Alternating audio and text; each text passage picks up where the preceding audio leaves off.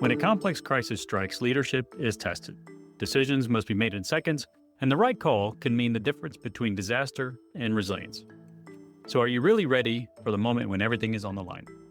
Welcome to Season 4 of the Crisis Lab podcast, a show where we break down the toughest challenges in crisis management, emergency response, and risk leadership. And with every episode, we go beyond the headlines, dissecting real-world, complex crises with those who were on the front lines. That includes leaders, decision makers, and experts who've navigated unprecedented challenges and lived to tell the story. This season, we're pushing the boundaries, from cybersecurity threats that can cripple entire nations to high-stakes disaster response and the unseen risks lurking in global supply chains. Season 4 is all about new frontiers of complex crisis leadership. We're bringing you the exclusive interviews with top emergency planners, intelligence insiders, and world-class strategists who will reveal what it really takes to prepare for, respond to, and recover from a complex crisis. But that's not all. This season, we're introducing something new. Short-form episodes packed with insights, perspectives, and commentary on the most pressing issues facing our communities today. These episodes will complement our deep dive interviews, giving you timely analysis and actionable takeaways in a fast-paced format. So if you lead, manage risk, or simply want to understand how the world stays standing when everything falls apart, then this season is for you. So hit subscribe, follow us on your favorite podcast platform, and join us as we pull back the curtain on the world of complex crisis leadership. Because in a crisis, knowledge isn't just power, it's survival. So welcome to the show, and today we're diving into a critical conversation about the future of emergency management in America. One that affects not just policymakers, first responders, but also every community in this country. 3 months ago, I wrote about how bad decisions turn manageable problems into catastrophes. And the patterns I highlighted were unsettling then, but what's happening now makes them impossible to ignore. When 17 people died in West Altadena this January because evacuation orders arrived hours too late, it wasn't just another tragedy. When water systems failed as fires approached Pacific Palisades, it wasn't just an infrastructure problem. When half of all calls for disaster assistance went unanswered, it wasn't just a staffing shortage. These were accidents or unavoidable disasters. They were governance failures, years in the making. In my article, The Betrayal of Safety, I explored how ignored warnings, deferred maintenance, and short-term thinking created vulnerabilities that turn routine challenges into systemic failures. At the time, I was worried we might see these vulnerabilities collide in some future crisis. Now, the Los Angeles fires have proven that worry all too correct, showing us how quickly a series of preventable issues can combine to create a tragedy of historic proportions. So let me paint you a picture of how this disaster unfolded. The fire department was staffed at less than half recommended levels, an issue that had been flagged in multiple reports over the years. Water infrastructure was designed for a climate that no longer exists, meaning capacity was out of sync with the reality of hotter, drier conditions. Emergency alert systems were never truly tested at scale, leaving local agencies unprepared for the volume of calls and the rapidity with which the fire spread. Each of these vulnerabilities was known, documented, and filed away. And each was allowed to fester, unaddressed, until they combined to create catastrophe. But this isn't just about Los Angeles. As we move through 2025, we're watching the collapse of an emergency management model built for a different era, an era when disasters are more isolated and less severe. FEMA, once the cornerstone of American disaster response, now has only about 9% of its disaster workforce available during major hurricanes. This isn't because people suddenly decided not to work. It's because FEMA is spread thin across multiple concurrent emergencies. Its disaster fund has been depleted 10 times since 2001, a stark reminder that our current system can't keep up with the demands being placed on it. The system isn't just strained, it's breaking. We're seeing staff burnout, outdated policies, and a growing inability to plan for disasters before they strike. Even the best trained teams can't cover gaps that are fundamentally structural. When we piece all of this together, it points to a dire conclusion. Our capacity to manage emergencies hasn't just reached its limit, it's starting to fail when we need it the most. So how did we get here? Let's talk about how this happened. When FEMA was created in 1979, disasters were seen as relatively discrete events, an occasional big hurricane, a sporadic flood, the rare earthquake. Local communities handled most emergencies themselves. Federal help was brought in only for the most extreme of cases. And for a time, that system worked. It was well suited to an era when major disasters didn't collide with such frequency, when our infrastructure was newer, and when climate conditions were more stable. But that world no longer exists. Today, climate change drives more frequent and severe disasters, from ferocious hurricanes along the Gulf Coast to out of control wildfires in the West. Social systems face unprecedented strain.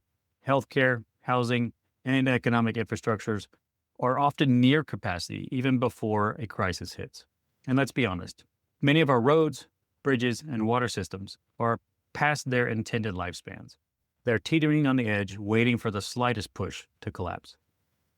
While Los Angeles burned, FEMA was already juggling Hurricane Milton recovery, ongoing support for migrant communities, and dozens of other active disasters nationwide. These weren't hypothetical or far-off problems. They were all happening in real time, placing demands on a system built for far simpler challenges. We can't understand this collapse without examining the assumptions that undergird our emergency management framework. We assume disasters happen one at a time, that local problems stay local, and that help will always be available from somewhere else in the country. We assume that after a big event, we'll have a period of relative calm to recover and restock. Each of these assumptions has proven fatally flawed. We're now dealing with overlapping crises that exhaust local resources, strain state systems, and leave federal agencies scrambling to cover multiple disaster zones at once. These flawed assumptions bleed into everything: budgets, staffing models, training programs, and even public messaging. We keep acting like every next disaster will be a standalone event rather than part of a continuing cascade. It's like trying to run a marathon with a sprinter's strategy. You're bound to collapse because you never planned to endure sustained, punishing paces. So the core question really is, what's coming next? The question isn't whether FEMA should be saved or reformed. The question is bigger and more fundamental. What should emergency management look like in an age of cascading crisis? Let's take a step back and remember that emergency management isn't just about how many trucks or helicopters we send in after a hurricane. It's about creating stability, social, infrastructural, and economic stability so that shocks don't spiral into full-blown disasters.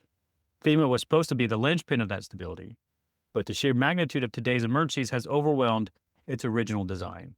We have to decide whether to keep patching the existing structure or build something new from the ground up. A patch might keep things functional a little longer, but the cracks are so widespread that it's hard to see how the system can handle even one more major crisis without profound reform.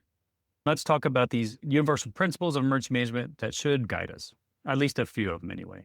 Integration, capability development, and systems thinking. These principles are as relevant now as they ever were, and in many ways, they offer a roadmap out of our current predicament. First, integration means breaking down those artificial walls between planning and response, between jurisdictions and between professional emergency managers and community capabilities.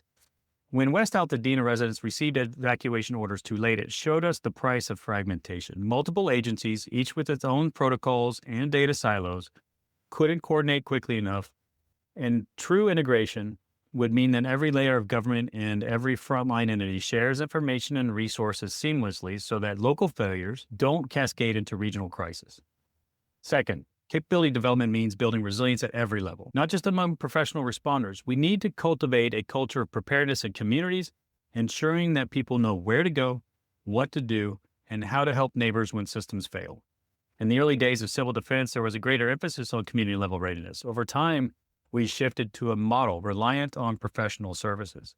That works in normal conditions, but it can't scale when disasters multiply in size and number. We have to revive the ethos that preparedness starts at home and in our neighborhoods. Finally, systems thinking means recognizing that failures are rarely isolated. A power outage can trigger hospital closures, which can lead to public health crisis, which can then undermine the local economy. When power failed in Texas, semiconductor production stopped nationwide, rippling through entire supply chains. We must design responses that account for these domino effects rather than treating each disaster as a singular event contained by jurisdictional boundaries. So the future of emergency management must embody these principles while adapting to modern challenges. It's worth noting that FEMA's own strategic planning acknowledges this need, calling for a, quote, culture of preparedness and preparing the nation for catastrophic disasters. But stating that vision and making it a reality are two different things. Achieving transformation will require new legislation that encourages or mandates cooperation across agencies, new funding models that prioritize resilience over reactive spending, and new training pathways that produce leaders capable of pivoting across multiple crises at once. This transformation won't be easy or cheap, but the cost of not changing is far higher. We're already paying the price in lives lost, homes destroyed, infrastructure ruined, and entire communities displaced. If we keep treating each event as an anomaly, rather than evidence of a failing system, we'll only watch this tally grow. So the patterns identified in our article on the betrayal of safety keep repeating because we haven't addressed the root causes. We keep avoiding the tough questions about climate, about infrastructure investment, about coordination, and about equitable resource distribution until it's too late. The Los Angeles fires aren't just another disaster to add to a growing list. They're a warning about the future we're walking into if we don't fundamentally change how we approach emergency management. We can no longer hide behind the idea that these events are unpredictable or that they're simply random acts of nature.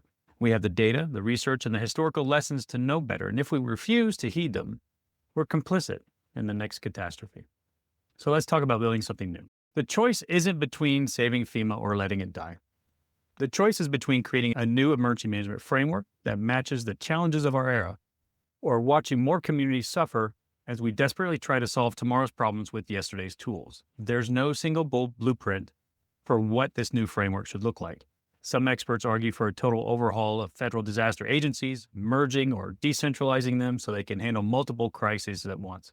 Others suggest that states should form compacts with one another, pooling resources and knowledge in ways that bypass what is perceived as sluggish federal channels.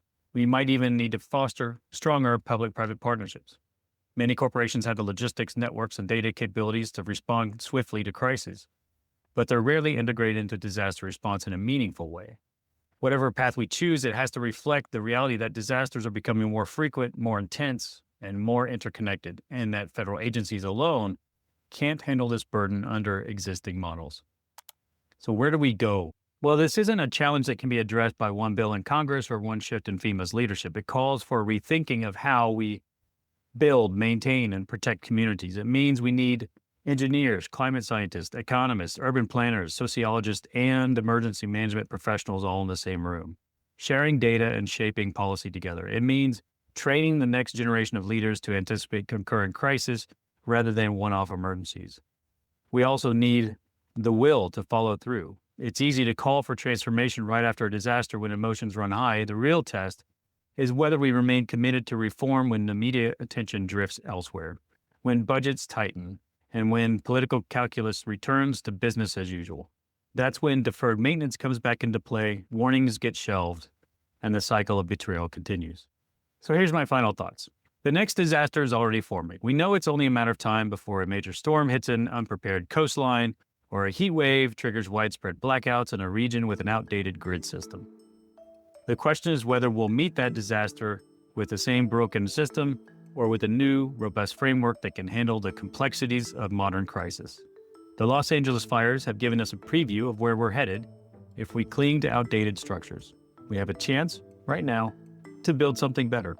If we do, future historians may look back on this moment as the turning point when we finally align emergency management with the world we live in rather than the world that we hoped we still had.